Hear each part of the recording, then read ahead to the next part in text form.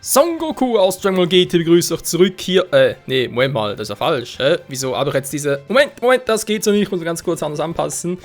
Meine Güte, was sind das denn meine Eröffnung hier? Erstmal die Perücke abziehen, die ist zwar ganz cool, aber irgendwie... Nö, ich bin doch lieber der gute alte Michael. Ja, in Super Saiyan Blue Form, nee, auch nicht. Hallo, wo kann ich hier... ich sollte mal das Video starten, das gibt's einfach nicht. Das... Kopffritz stutzen nochmal. So, Ballkostüm überall und ich sehe gerade, ich nehme bereits auf. Ja, super.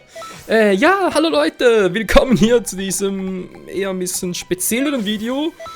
Und sobald ich hier mal fertig ausgerüstet habe, jetzt bin ich fertig, kann ich euch zurück zu begrüßen. Und schlecht.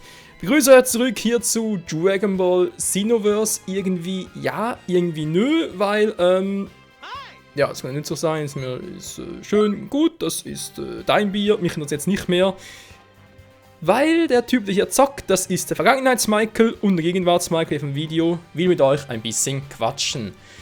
Worum geht's heute? Wie ihr bereits im Titel erkennen könnt, es geht um mein 5-Jahres-Jubiläum. Das heißt, seit dem 4. Juli 2011 bin ich Let's Player. Damals mit dem ersten Part von The Legend of Zelda, Ocarina of Time, Master Quest. Ging meine, ja, ich sage jetzt mal Karriere, nee, meine Let's Play-Laufbahn wohl eher. Ging die los und nachfolgende andere Projekte wie Dragon Ball Z, Burst Limit und Super Mario Galaxy 2, noch die erste Staffel, hast du nicht gesehen und so weiter und so fort. Und ja, sind trotz allem bereits, man glaubt, es kann man die Zeit verrennt, 5 Jahre her. Jo, und während halt hier meine Vergangenheit sicher ein bisschen zocken ist, ein bisschen rumgucken, aber suche nach einem Kaioshin, nach dem alten, für ein bisschen Training, wenn ich noch etwas freischalten möchte. Später dann vor allem für Xenoverse 2, doch das ist ein anderes Thema. Dachte ich mir so, jo, soll der zocken, habt ihr was zum Zugucken und jo, ich quatsche ein bisschen, weil es gibt doch einiges zu bereden. Erst einmal das Wichtigste natürlich, nicht, dass ihr denkt, oh, das 5-Jahres-Special ist bloß zum Quatschen, was soll das? Nee, das 5-Jahres-Special oder Jubiläum, wie auch immer, gestaltet sich eigentlich aus 2 Videos. Das ist Nummer 1, das erste Special so gesehen, wo es ein bisschen um einen allgemeinen Werdegang von mir geht. Das heißt, ja, wie soll ich sagen, doch, was ich gerade angefangen habe zu quatschen, sprich der Vergangenheit, Gegenwart, Zukunft, auch ein bisschen um Schwierigkeiten und so weiter quatschen und wie es halt allgemein so ein bisschen ablief, was ich eher Gutes in Erinnerung habe, eher ein bisschen Negatives, was ich mitnehmen werde. Dann natürlich auch zurück zu den Wurzeln, also sprich Back to the Roots, was ich auch schon angekündigt habe und jetzt gerne mal durchziehen möchte, weil es, wie ich finde, nach 5 Jahren dringend mal nötig ist und jo, natürlich auch ein bisschen Ausblick in die Zukunft. Während das zweite Special, das sollte, also geplant ist am 1. August, passt sowieso ganz gut wegen Schweizer Nationalfeiertag, da geht es ein bisschen um den technischen Werdegang. Da werden wir auch dort, wenn wir dann explizit in den ersten Part nochmal ein bisschen reingucken, von der Ocarina of Time Master Quest, was sich seitdem geändert hat und ja, es hat sich einiges getan zum Glück, weil ich damals kommentiert habe, ich habe vor kurzem mal ein paar Namen angeguckt und muss sagen, nee, da ist nie mein Video, das mir heutzutage freiwillig reinziehen würde, aber gut, das ist ein anderes Thema. Man entwickelt sich ja auch weiter, ist klar, und ja, ein bisschen reingucken, werde jetzt natürlich auch, werde noch ein bisschen was darüber erzählen über die verlorene Episode, die ich euch dann auch in dem Video, also sprich im zweiten Special-Video, was zum 1. August geplant ist, dann auch im Anhang oder sprich per Download-Link noch zur Verfügung stehen werde. Könnt ihr auch noch runterladen und so. Sprich, das ist ein Video, was noch schlechter ist als der erste Part. Man glaubt es kaum. Jo, da geht es auch sonst ein bisschen darum, was alles schon, soll ich sagen, sich halt entwickelt hat, wie ich halt damals aufgenommen habe, mit welchen Mitteln, wie ich heute aufnehme, was sonst irgendwie allgemein als Hilfe mit auf den Weg geben könnte. Wird ab und zu angefragt, hey Michael, kannst du irgendwie einen Tipp geben, worum geht es genau im Let's Playen? Also natürlich, wie soll man genau Let's Playen, irgendwelche Tipps für den Anfang, etc. Und noch ein bisschen dort, ja, doch zumindest ein Teil ein bisschen drauf eingehen, weil, ja, vor allem technisch gesehen ist natürlich sowieso ständig irgendetwas und da allgemeine Tipps zu geben ist sowieso ein bisschen schwierig.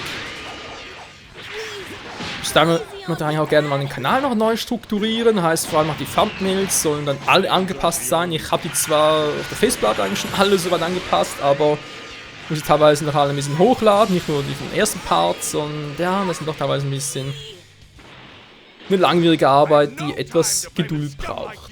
Dann natürlich, was sowieso dringend nötig ist, meine Playlists ein bisschen besser sortieren, vor allem nach Kategorie und Genre.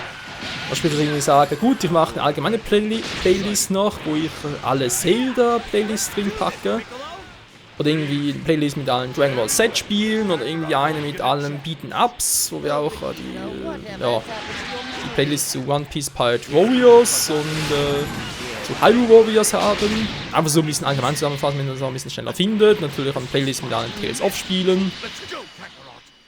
So ungefähr ist das zumindest mal geplant. So, das war's mit ungefähr, also ja ungefähr, nee, was mit mit dem Vorteil sag ich schon, mit dem Anfang, Mensch, Vorgeplänkel, Einleitung, aber gesundes Wort, Dankeschön. Mit der Einleitung kommen wir also zum eigentlichen Inhalt des ersten Specials, ja, meines 5 Jahre Talk-Specials, wie man so möchte. Talk-Special vor allem, aber gut. Ja, 5 Jahre Let's Player und 5 Jahre natürlich einiges getan, vor allem in technischer Hinsicht. Daran denke ich, wie ich damals aufgenommen habe, noch mit RGB und JRGB-Kabel und hast nicht gesehen, sprich im Prinzip Composite und Component. Das war damals so, vor allem die Wii-Ära, oder wo Wii, ja, da waren Konsolen, die hatten gar kein HDMI, aber ja, da waren so mit 84p und so, wie kannst du genau rauskitzeln, was du für Component, was du für Composite, was war genau der Unterschied. Natürlich brauchst du irgendwie Geräte, um das PC anzuschließen, zum Aufnehmen. Dann das erste Mikrofon, die ganzen Let's Play-Tools und war sowieso nervös und so weiter und so fort. Und ja, es hat seitdem echt im Grunde genommen nicht viel getan. Doch natürlich schon, ich meine, klar, was Standard ist, du brauchst ein Tool zum Aufnehmen, du brauchst ein Mikrofon, du brauchst ein Tool für die Bearbeitung. Was ich mittlerweile noch mache, ist halt noch mit, also nicht nur normale Bearbeitung der Rohdateien, sondern natürlich auch das Ganze noch ein bisschen encodieren und so, damit es nachher ein bisschen hübsch aussieht auf YouTube und dann eine gute Qualität hat. Und die Qualitätsfrage, das ist etwas, was sich sehr, sehr geändert hat in der ganzen Zeit. Damals war noch 84p, war eigentlich schon immer. Aber es war kurz nachdem YouTube umgestellt hat vom Sternensystem auf Daumen hoch und Daumen runter. Aber vorher gab es das Sternensystem. Von der Bewertung her, habe ich gar nicht mehr erlebt, von dem her, also meiner aktiven, ja doch, meiner Let's Play-Zeit. Ich glaube, 4. Juli 2011, nee. Sterne war glaube vorher, was irgendwie aktuell war. Ja, natürlich vor allem damals ganz geil, weil du konntest deinen YouTube-Channel richtig geil einkleiden, du konntest irgendwie sagen, ja, ich hätte gern da noch irgendwie einen Banner und da noch irgendwie etwas und du kannst auch viel mehr gestalten als heutzutage. Mit etwa 1, 2, fast schon 3 Jahren ist der YouTube-Kanal, klar, du kannst einen Header reinpflastern, dein Profilbild kannst du ändern, geil. Sonst irgendwie den weißen Hintergrund irgendwie abändern, die Schrift irgendwie anpassen und so weiter, nö. Damals konntest du echt noch so viel Geiles machen und ja, die gute alte Zeit, ich es doch sehr, sehr vermisse. Aber ja, das ist eben das, was die Zeit so mit sich bringt, war stetig irgendwelche Veränderungen.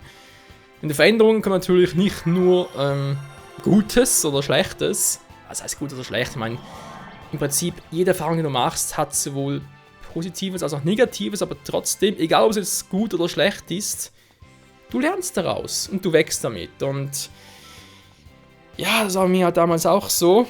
Ich meine, klar, es war sicher mal die ersten 6 Monate, wo man halt ziemlich nervös war, nicht genau wusste, was soll man überhaupt quatschen, soll man etwas abgesehen vom aktuellen Geschehen im Video quatschen, soll man dies und das noch erwähnen, soll man die Stimme verändern, wie und wo und hast nicht gesehen, wie deutlich soll man quatschen, das Ganze abpassen, also sprich lautstärkemäßig von Ingame und einer eigenen Stimme, etc. etc. Mit denen kommt natürlich auch das Problem mit den Projekten, weil du willst natürlich, klar, Let's Playen soll in erster Linie Spaß machen, das ist natürlich klar, logisch, nicht nur dir, sondern auch den Zuschauern, also sprich euch. Aber du willst ja auch, dass die Videos, also genau, ja, wie soll ich das jetzt formulieren, damit es auch wirklich stimmt? Du willst ja auch, dass die Videos viele Leute erreichen. So. Willst dich quasi bekannt machen und sagen, ja, hey, hier bin ich, der Michael, mach so unsere Videos.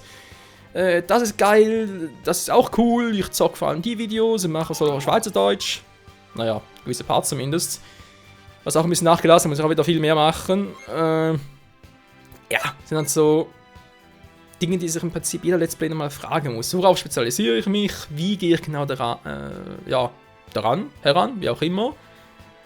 Man gibt gewisse Let's Play, die zocken nur Nintendo-Spiele, um das mal so zu formulieren. Andere zocken nur Minecraft-Spiele, mittlerweile auch nicht mehr. Dann eben nur Community-Games, nur Projekte auf Steam, etc. etc. Da war mir auch so immer auch überlegen musste, ja, zeige ich aber auch mal neue Spiele natürlich. Und vor allem neue Spiele, wie gehe ich da genau ran?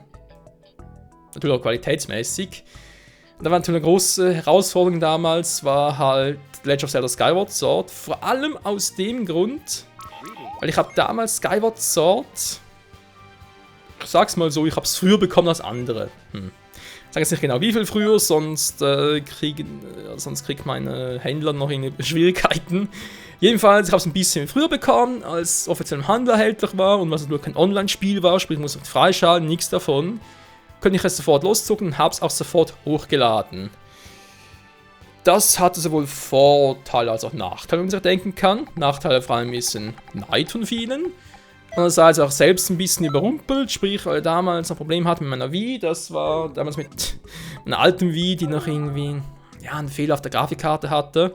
Also Grafikkarte vom Onboard-Chip. Das war so, ich hatte die Wii damals nie richtig ausgeschaltet, sprich immer im Standby-Modus, erkennt ihr die Wii, da kann man irgendwie, also aktiv leuchtet das grüne Lämpchen, wenn sie abgeschaltet ist, leuchtet die rote LED. Im Standby-Modus war es, glaube ich, orange oder gelb und ich hatte sie immer im Standby-Modus. Und das Problem ist, bei der Wii, wenn es im Standby-Modus ist, natürlich, sie braucht trotzdem Strom und deshalb intern ja auch Wärme. Aber die, wie soll ich sagen, Ventilatoren, die Lüfter, dankeschön, die internen Lüfter, die laufen im Standby-Modus nicht. Und deswegen, weil trotzdem eine gewisse Hitze herrschte, über Wochen, Monate lang, der nie ausgeschaltet hatte richtig, war dann halt mein Grafik-Onboard-Chip mit der Zeit ein bisschen geschmörzelt. Nicht sehr schlimm, aber es war trotzdem so schlimm, dass man halt vor allem bei Skyward sowas teilweise ein bisschen extrem, haben halt doch gesehen, dass, ja, vor allem der Hintergrund und so teilweise ein bisschen stark verpixelt waren. Ebenfalls hat Fehler auf der Grafikkarte gab, also hardwaremäßig, war klar.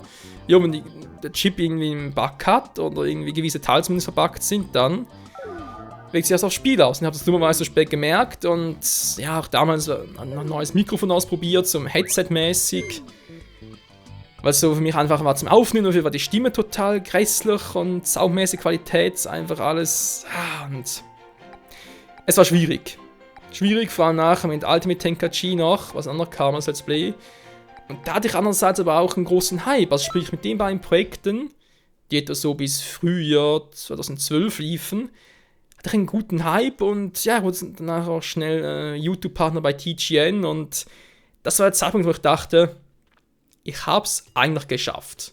Sprich, wirklich weil schon damals war es so, dass es einen großen Pool gab, ja, Let's Play, der kam auf, wieder wollte Let's Player werden. Und natürlich muss irgendwie rauskommen. Du musst sagen, hey, hier bin ich bin der Michael, bitte schau meine Videos, also quasi nicht berühmt werden, sondern einfach, dass du halt sag mir die falschen Wörter, denke mir die falschen Wörter, dass ein Trottel rauskommst, nicht damit du dich halt von der Masse abhebst, oder damit, ja, es klingt vielleicht ein bisschen doof, aber es ist eigentlich wirklich so. Weil, ja, es gibt halt so viele Let's Player und du musst dir irgendwie mit etwas Besonderem rausstellen, damit dich halt die Leute finden. Ist klar, du gönnst auch anderen Erfolg, logisch, aber du willst auch selber Erfolg haben, damit halt andere auch deine Videos entdecken. So, das war damals halt auf einem sehr guten Kurs. Und dann habe ich einen Fehler gemacht, einen schwerwiegenden Fehler. Nach ungefähr am ersten Jahr, ja genau, war ungefähr der 4. Juli 2012. Da war Ultimate Tenkaichi vorbei, Skyward Sword war zu Ende und dachte mir, ich muss einen Hype mitnehmen. Wie mache ich das? Ich ging auf die Wünsche von vielen Zuschauern ein, mit Xenoblade Chronicles zum Beispiel das Projekt. Dann habe ich auch noch mit Anno 1404, weil ich dachte, auch das käme sich noch gut an. Dann habe ich auch an Naruto Storm 2 angefangen zu zocken. Wir haben eine Zeit mit Super Mario Galaxy 2, die Green Star Challenge, mit Kai als Together-Partner. Und das waren halt von dem her eigentlich nur die alten Projekte, die alten Spiele. Und die neuen Spiele damals rauskamen. Ihr merkt schon, Michael, du hast damit ein bisschen viel begonnen gleichzeitig. Das war mein Problem. Ich habe quasi mit allen etwa gleichzeitig begonnen, aber vor vor allem bei Xenoblade Chronicles, irgendwie der erste Part kam echt am 4. Juli raus, der zweite irgendwie, glaube 2 Wochen später, der dritte noch etwa eine Woche später und so, und vor allem zu Beginn als neue Projekt, du kannst nicht den ersten Part bringen, nachher sagen, jo, nächste Part kann in 3 Wochen wieder, tschüss Leute. Das geht nicht, da waren viel zu viele Projekte, unregelmäßige Uploads, und vor allem bei Xenoblade Chronicles war ich dann ziemlich schnell mal genervt. Nicht aus dem Grund, weil es irgendwie nicht spannend war oder so. Nee, im Gegenteil, ich fand es ein sehr geiles Spiel, aber ja, ich kann es aus The Last Story, habe ich auch damals noch gesagt vorher. Ja, alle haben immer gesagt, ja, The Last Story, das ist ein geiles Spiel, aber Xenoblade Chronicles ist viel geiler. Hat mir so, yeah, muss auch zocken, ein bisschen großer Rollenspiel-Fan. Aber Xenoblade Chronicles haben ja teilweise zu lang. Vor allem in der ersten Hälfte, bis du irgendwie mal neuen Checkpoint in der Story hattest, du musst so ellenlange Wege abgehen und riesige Höhlen und da ist irgendwie nie etwas Richtiges passiert. Und da habe ich gemerkt, okay, da bin ich irgendwie, ist einfach nicht so, was soll ich sagen, einfach nicht so das, was ich unbedingt gerne als erstes gerne zocken würde. Und wenn man halt, ja, doch ein bisschen genervt ist und dann noch viele Projekte hat, du natürlich trotzdem alle vorantreiben musst, ja, man merkt vielleicht, es ist irgendwie ein Teufelskreis. Du fängst an, ja, du musst aufhören, du musst irgendwie zu Ende bringen, du musst sie vorwärts bringen. Gleichzeitig aber irgendwie, eben ist es ein Müssen, du hast gar nicht richtig Spaß daran, bis irgendwann wieder mal so ein Zeitpunkt kommt, storymäßig oder so etwas in der Art, wo du denkst, ja, jetzt wieder richtig geil und so, jetzt geht wieder voran, aber du hast bis dahin schon die meisten der Zuschauer verloren. Scheiße. Das sind halt so Dinge, ja, Schwierigkeiten, Hindernisse, genau, Steine im Weg, die ich mir teilweise auch selber gestellt habe. Vor allem das war natürlich total, dass ich mir selber irgendwie bockt habe. Ich kam auf die geniale Idee, hey, können wir was machen, was andere Let's Play auch machen, im Sinne von Reviews, von Anime- und Manga-Kapiteln, die alle Woche erscheinen. Damals vor allem von One Piece und Naruto. Problem war nur, ich habe gemerkt, so, ich bin nicht so wirklich der Review-Typ. Da müssen ein bisschen mehr einüben und so weiter, weil ich einfach, ja, vom Sprechstil und so her, muss ich eigentlich jede Folge noch ein zweites Mal angucken, mir Stichworte rausschreiben und so weiter, also sprich, mehr Arbeit investieren, das wäre jetzt nicht so um das Problem gewesen, ich habe es nur zu spät gemerkt. Das andere war, ich habe dann relativ schnell für eines dieser Reviews einen Strike bekommen. Denke mir natürlich auch so, geil, du kriegst einen Strike für ein Review-Video. Super, und jetzt dauert ein halbes Jahr, bis der weg ist. Geil. War dann auch ziemlich nervig. Viele YouTube-Funktionen funktionierten nicht mehr. Haben mir das Leben ein bisschen schwieriger gemacht. Was natürlich auch im Laufe der Jahre dann gefolgt wurde von, ich glaube, das war ungefähr jetzt von einem Jahr etwa. Ja doch, das ist etwa ein Jahr her. Also sprich Mitte 2015 ungefähr. Habe ich einen Strike bekommen für den ersten Part von Naruto Storm 2. Das war also auch vor allem so, dass das Let's Play nicht mehr verfügbar ist und die Parts nicht mehr. Ist klar, wenn ich einen Strike kriege für das erste Video, Let's Play-mäßig, natürlich die Gefahr, ich kriege für den Rest der Playlist auch noch einen Strike. Also haben wir halt den Rest der Videos entfernt und bis zum Thema, wenn man so möchte, Naruto Storm 2 mein verlorenes Projekt. Ich habe es dann noch auf der Festplatte und so, aber bin nicht sicher, wenn ich keine Strikes mehr dafür kriege, lade es halt nicht mehr hoch. Logisch. Ich würde nicht nochmal so einen Scheiß riskieren, weil ein Strike, der vergeht nach einem halben Jahr. Ein zweiter Strike, der vergeht gar nicht mehr, das die Strikes permanent und ist ja noch ziemlich viel mehr Scheiße und daher, nee, war mir zu riskant, wollte ich nicht riskieren, daher muss das Projekt weg. Jo, ihr merkt, das war alles ein bisschen, nicht nur eine leichte Zeit. Und ja, wenn man halt, wie gesagt, nach dem ersten Jahr Zuschauer ein bisschen verliert, denkt man sich, ja, was kann man sonst noch alles machen? Neue Projekte, alle Projekte habe ich alles schon bereits gebracht. Mehr Dragon Ball Z auch oder mehr Dragon Ball allgemein. Livestreams. Ja. Livestreams relativ spät gestartet. Bis heute immer nicht mit Facecam.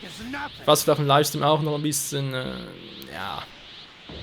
nicht wirklich gerade so super produktiv ist.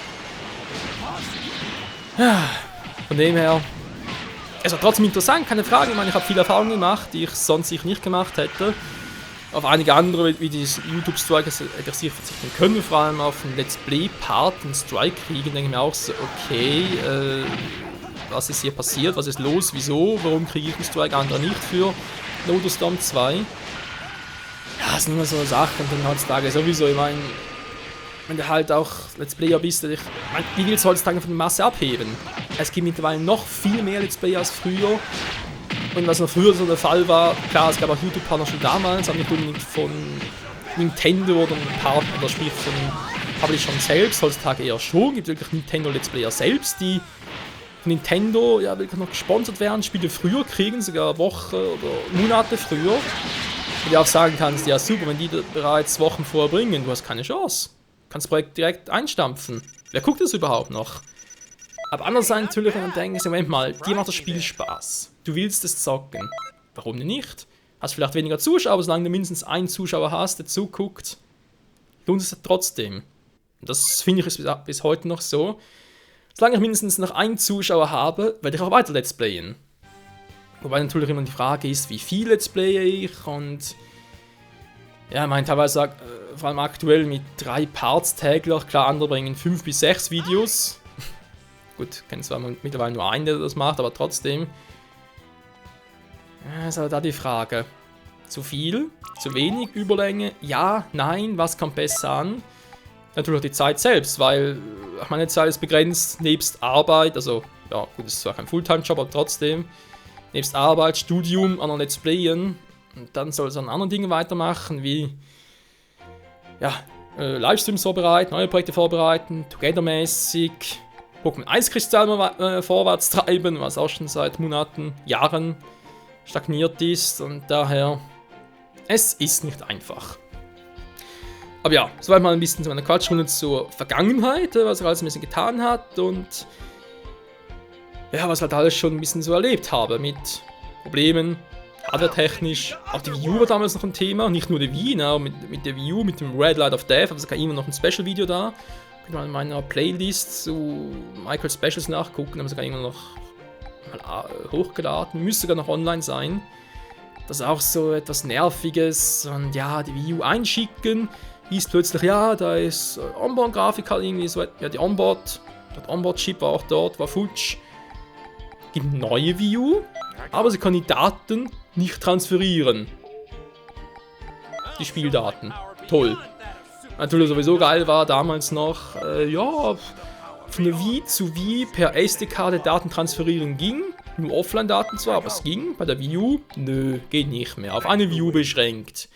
Geil, Nintendo. So macht ihr euch Fans. Das ist richtig. Ja. Wie gesagt, es war nicht einfach. Und dann kamen sowieso noch die 3DS-Spiele raus. Also 3DS-Spiele zum Let's Play natürlich. 3DS Capture Cards, was mittlerweile auch funktioniert, aber halt, weil es kleine Bildschirme sind. Und für den New 3DS XL gibt es noch nicht richtig. Also es gibt schon Capture Cards und noch nicht einen richtigen Vertrieb und so weiter.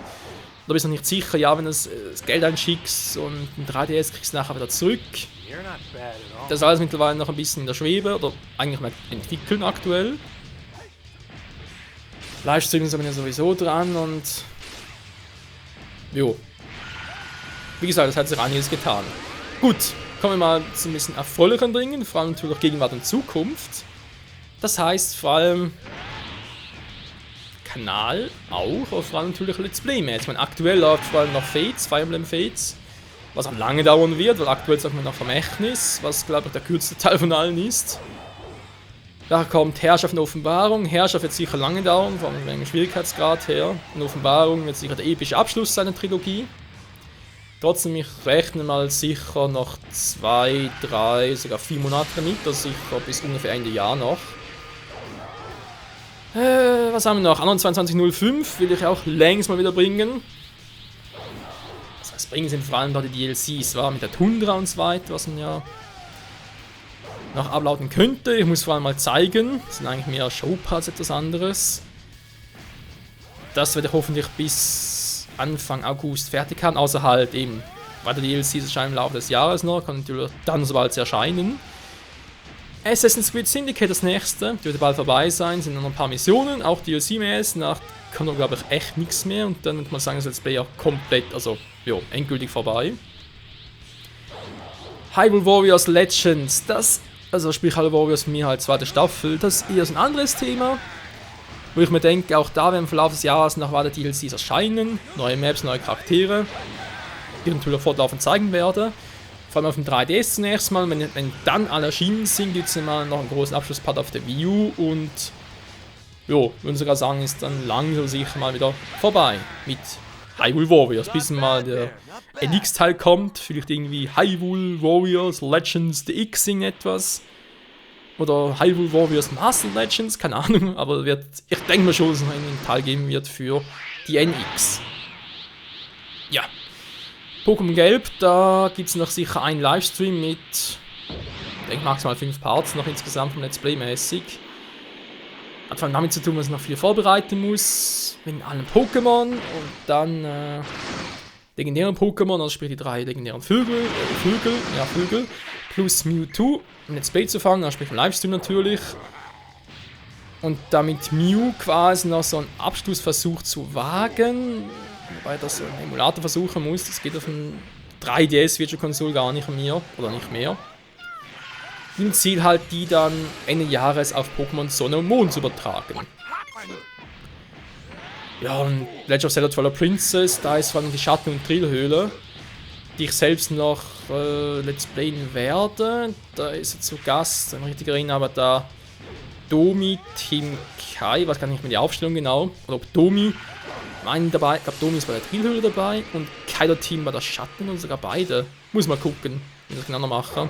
Aber es ist auch noch offen, weil es sind ja nicht so viele Parts, in dem er also relativ, was sollte noch bis Anfang August, spätestens Mitte, Ende August vorbei sein. Ich bin übrigens auch zu Gast bei Domio kein Let's Plays. Bei Domio ist demnächst sein im Zeittempel und bei keinem Wassertempel, also jo, auch bei den beiden habt ihr noch einiges von mir zu hören. So, soweit mal zur Gegenwart von den aktuellen Let's Plays, kommen wir endlich mal zur Zukunft. Wie ich bereits erwähnt habe, vom Kanal noch, will ich noch einiges updaten. Thumbnails zum einen, zum anderen eben nach die Playlist besser sortieren, nach Genre, Kategorie etc. Das ist noch geplant bis zum, also hoffe ich schaffe es bis zum 1. August, wobei das ist relativ einfach. Das Special bis dahin ist relativ schwieriger. Ja, ansonsten, zukunftsmäßig, wie ich auch schon erwähnt habe, ich will eigentlich mit mir selbst wieder ins Reine kommen. Das klingt irgendwie doof, irgendwie, wa? Ja, was heißt ins Reine? Das heißt, zurück zu den Wurzeln, back to the roots. Vor allem aus dem Grund, ich habe es gerade jetzt wieder gemerkt, in den letzten paar Minuten, dass ich wieder viel zu schnell gequatscht habe, viel zu undeutlich gequatscht habe, und irgendwie plötzlich einen monotonen Sprechvorgang drin hatte. Und das sind so Dinge, die hatte ich zu Beginn meiner Let's Play-Karriere nicht. Obwohl, gut, zu Beginn war natürlich noch anders, oder? Da habe ich zwar auch ein bisschen zu schnell gequatscht und so weiter, aber auch vor allem zu wenig, zu schüchtern, dass er das immer noch auf ein gutes Level bringen. Heißt vor allem, ruhiger werden. Nicht immer auf die Zeit schauen, wegen, ich habe nur ein paar Minuten oder so, oder scheiße, Part ist gleich wieder vorbei, ich habe schon eine Überlänge, ich muss wieder schneller vorwärts machen, durchklicken und so weiter. Und dann aber vor allem natürlich, zurück zu den Wurzeln heißt in diesem Sinne vor allem, mich wieder auf das besinnen, was ich vor allem damals gemacht habe. Einerseits schweizerdeutsche Parts, vielleicht sogar schweizerdeutsche Let's Plays komplett, dann aber auch Half-Blind-Projekts, Blind-Projekts, mehr Dragon Ball, mehr Together. Weil, ganz ehrlich, Together Let's Plays seit Super Galaxy 2 hatte ich nicht mehr und da fällt eben noch der letzte Stern. Ich habe es nicht vergessen, Leute, eben noch nicht. Da kommt natürlich auch noch, keine Sorge. Aber auch das muss ich natürlich noch, doch nicht vergessen. Also, es ist eben noch etwas, was auf meiner Planung drauf ist. Und eben generell.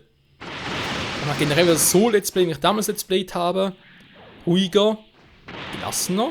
Vielleicht nicht so viele Parts täglich, oder? Ich meine, aktuell, klar, es sind nur 3 Videos maximal täglich, aber trotzdem sind so viele Projekte. Was ich gerade erwähnt hatte mit Anno noch, Assassin's Creed, Hyrule Warriors, Pokémon, Twilight Princess, die werden sich eigentlich immer um einen Slot herum ab, aber sind trotzdem halt alles jeweils eine Projekte, für die ich auch privat noch Zeit investiere und es ist einfach viel. Zu viel. Hatte ich damals am Anfang auch nicht und so soll es wieder werden. Das heißt nur, vielleicht auch mal nur 2 Videos täglich, aber dafür ja, einfach regelmäßig vor allem, ruhiger, gelassener, mehr Spaß und vielleicht auch ein bisschen Individualität. Weil eben, es ist schon ein bisschen monoton geworden mittlerweile meine Let's Plays, da will ich das Ganze einleite, abschließe, was zwischendurch quatsche, irgendwie nichts Aufregendes, einfach nur das, was du irgendwie siehst, was gerade abgeht, dann noch 1, 2 Bemerkungen, okay, aber irgendetwas Lustiges, sag ich jetzt mal, Unterhaltsames, das fehlt irgendwie. Und deswegen muss ich mich eben wieder auf das besinnen, was mir vor allem damals ein bisschen ausgemacht hat. Natürlich auch das, was ich vor allem machen wollte. Jo, wie ich gerade erwähnt hatte, neue Projekte, Dragon Ball zum Beispiel, also mehr Projekte, wieder so wie früher. Neue Projekte in diesem Sinne, jetzt mal Together, was wir mit Kai geplant haben, sind von einer Pokémon Soul Link Challenge. Hätten wir schon mal ein Together-Projekt. Was hoffentlich demnächst starten wird, vermutlich erst nach unseren Pokémon Livestream-Projekten, das war nach meinem, nach Soul Silver noch. So viel wird jetzt auch nicht mehr, aber trotzdem. Dann vor allem Dragon Ball mehr. Ich denke vor allem an Budokai Tenkaichi 3.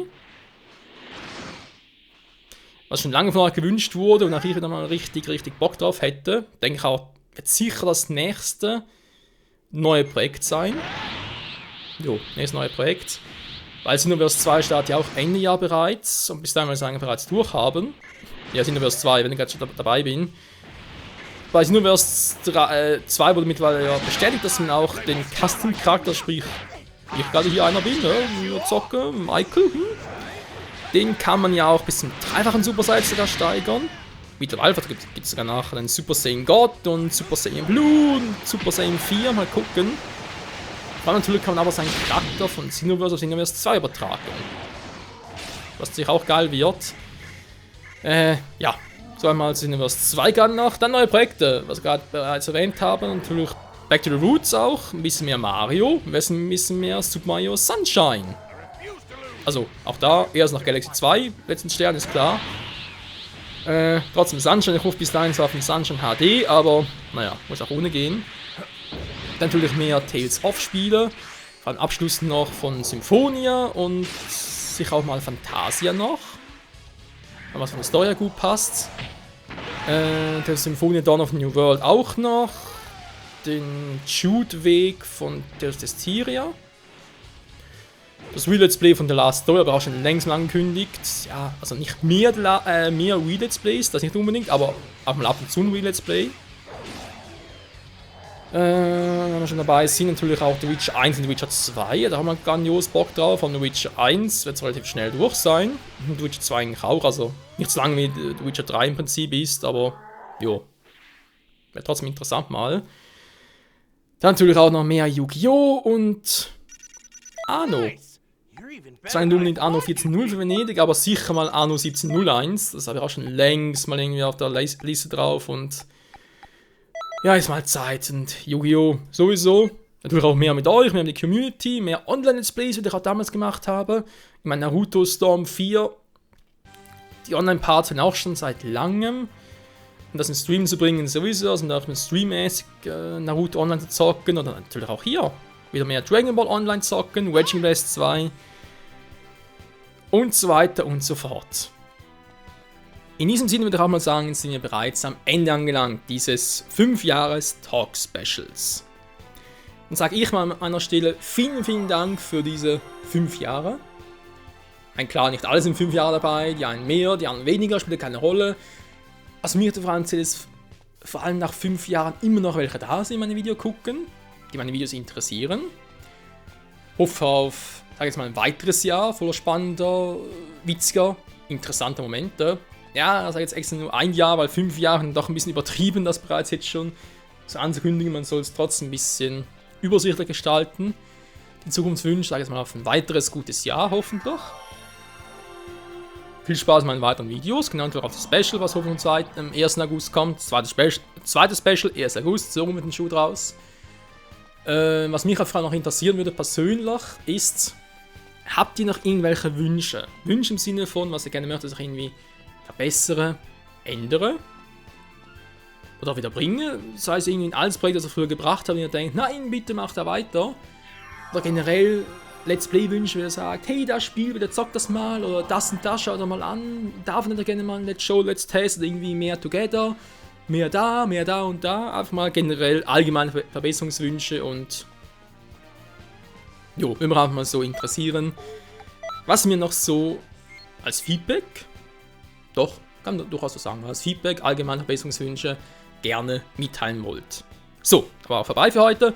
Vielen Dank fürs Zusehen und jo, bis zum nächsten Mal. Ciao zusammen!